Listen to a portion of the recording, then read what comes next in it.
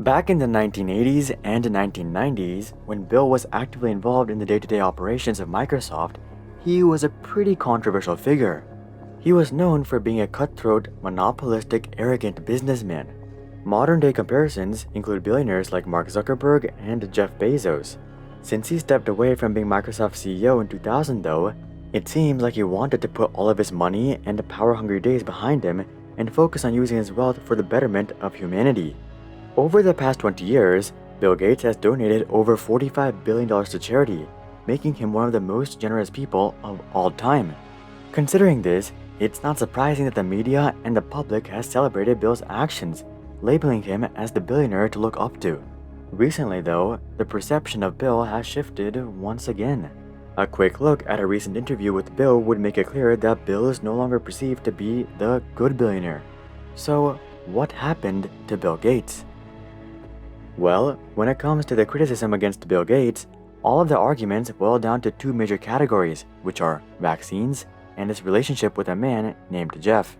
One of the first papers questioning Bill's actions regarding vaccines was published in 2008.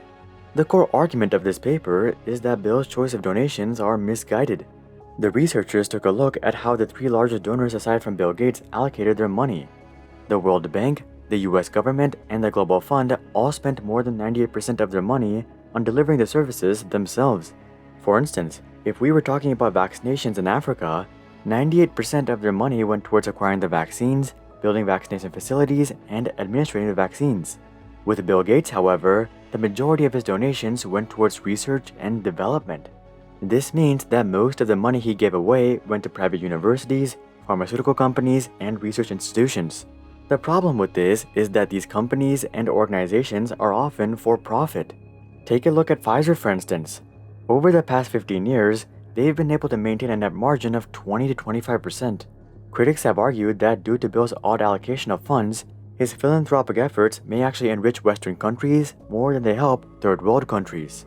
Another key attribute that has drawn criticism towards Bill is his approach on intellectual property.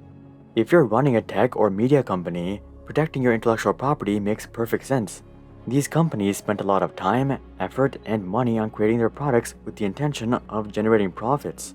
So, they don't want competitors ripping them off and reaping the benefits. When it comes to charity though, securing intellectual property rights is a lot more questionable. I mean, the entire point of charity is to give products or services away to better humanity. However, Bill Gates has historically been extremely tight with his vaccines, cures, and treatments when it comes to intellectual property. And I don't just mean taking legal action against companies and organizations that impede on his intellectual property. No, Bill has reportedly bent the rules of intellectual property to benefit his foundation through various lobbying efforts. In the 1990s, Microsoft aggressively lobbied for the acceptance of the TRIPS agreement. TRIPS, which stands for Trade-Related Aspects of Intellectual Property Rights, set international standards for intellectual property rights. Some of its guidelines are that patents must be given for a minimum of 20 years, and that pharmaceutical test data must be protected against quote-unquote unfair commercial use. Similarly, in 2007, Microsoft lobbied the G8 to reinforce global intellectual property rights. By refusing to let competitors recreate various vaccines and treatments, experts suggest that Bill is limiting the reach and effectiveness of their effort. Now again, these vaccines and treatments are indeed the property of Bill's foundation, so it's not like they're overstepping their rights. However, Bill's refusal to share has made many question his true intentions. The final major source of criticism for Bill's foundation has come from potential unethical medical practices. Now, let me be clear here. This is a super recent development and nothing has been confirmed. As of right now, this story is simply an allegation. With that being said, Bill's foundation is facing allegations that they violated medical ethics with their vaccine testing. In 2009, Bill's foundation funded a clinical trial that administered an HPV vaccine to 14,000 tribal girls between the ages of 10 and 14 in India. However, it is alleged that they conducted the trial without informed consent of the parents, without making the risk clear, and without even telling the participants or parents that it was a clinical trial. Many of the children not only became sick, but 7 of them passed away. Now, Bill's foundation are not actually the ones that conducted the trial. They simply funded it. So even if the allegations are true, it's unclear if Bill's foundation was aware of the situation. Nonetheless, much of India was outraged by this report. As you can see, Bill's charitable allocations, his stance on intellectual property, and his potential violations of medical ethics have played the foundation for decades. However, it was not until the pandemic that these concerns really saw the light of day. And since then, these legitimate concerns have evolved into full-on conspiracy theories. It all started when Bill Gates had a TED Talk in April of 2015, where he described that the next biggest threat for humanity wasn't wars or asteroids, but rather a pandemic. When the pandemic actually rolled around, most people praised Bill for having such a foresight and regretted that society more or less ignored his warnings. But there was also a large group of people that suspected that Bill was right not because he predicted it, but because he planned it. This theory basically holds no substance, as there's really no concrete evidence surrounding the matter. The only reason I'm covering this is because despite its far-fetched nature, many actually believe it, and this is a major source of the Bill Gates controversy. The story goes that Bill engineered the pandemic in order to benefit financially and track people. But some common sense would make it clear that this doesn't make sense. The vaccine is estimated to cost between $3 and $37 per dose depending on which vaccine you get. Let's estimate in the middle and call it $20 per dose or $40 to get fully vaccinated. Using Pfizer's net margin of 20 to 25%, you could expect to make about $10 from each vaccination. Even if Bill was somehow able to vaccinate half of the entire world's population, he would only make $40 billion. That is a large sum of money, but you have to look at it from Bill's perspective. He's literally donated over $45 billion. And he's already made $18.3 billion in 2021 alone through public stock ownership, and we're only 8 months into the year. So if anything, $40 billion is a couple of years of stock growth for Bill. And it makes no sense to ruin his reputation over this money. As for the tracking theory, well, Bill did create Microsoft. So if he wanted to track everyone, I suspect leveraging the billions of Windows users around the world would be much easier than vaccinating the world. As you can see, in my opinion, this theory holds little weight. Nonetheless, many people have bought into it, and it has significantly fueled the Bill Gates controversy. Bill's foundation isn't the only thing smearing his public reputation though.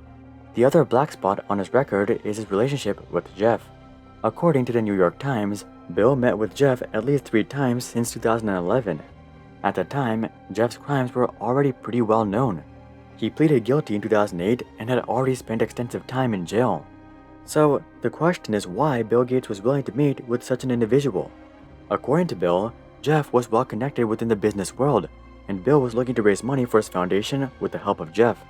Apparently, Jeff was willing to raise money from all of his wealthy friends in exchange for 0.3% of the total money he raised. Bill claims that his relationship with Jeff was strictly business. Bill never went to any parties with Jeff, and all of their meetings were almost entirely just men. Despite this, critics argue that Bill was at the very least compliant with Jeff's actions. Or else, why would he meet with someone with such a history? After all, he's Bill Gates, one of the most well-known billionaires alive.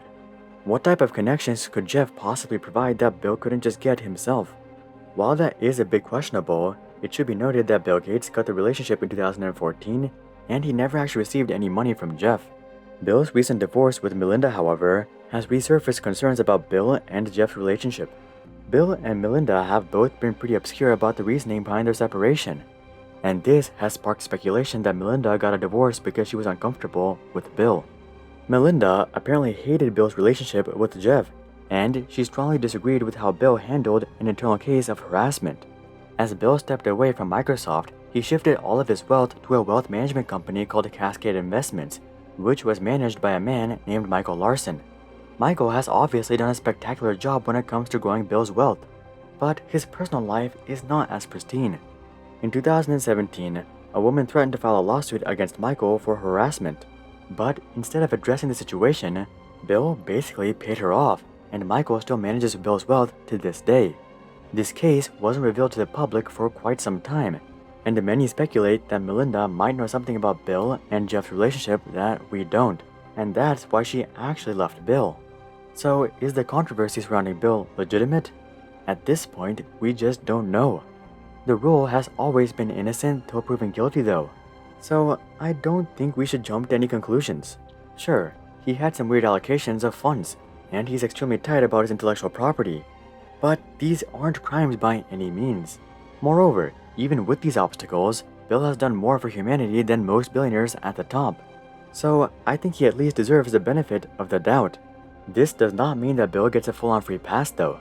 The two main sticking points are his foundation's potential violation of medical ethics and Bill's relationship with Jeff. Until we have a definitive answer regarding these concerns though, I see no reason to paint Bill in a negative light. Do you guys think the Bill Gates controversy has merit? Comment that down below. Also, drop a like if you thought this video outlined the concerns well.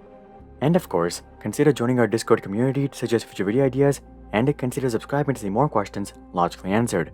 But until then, I'm Hari, and I'll see you guys on the next one.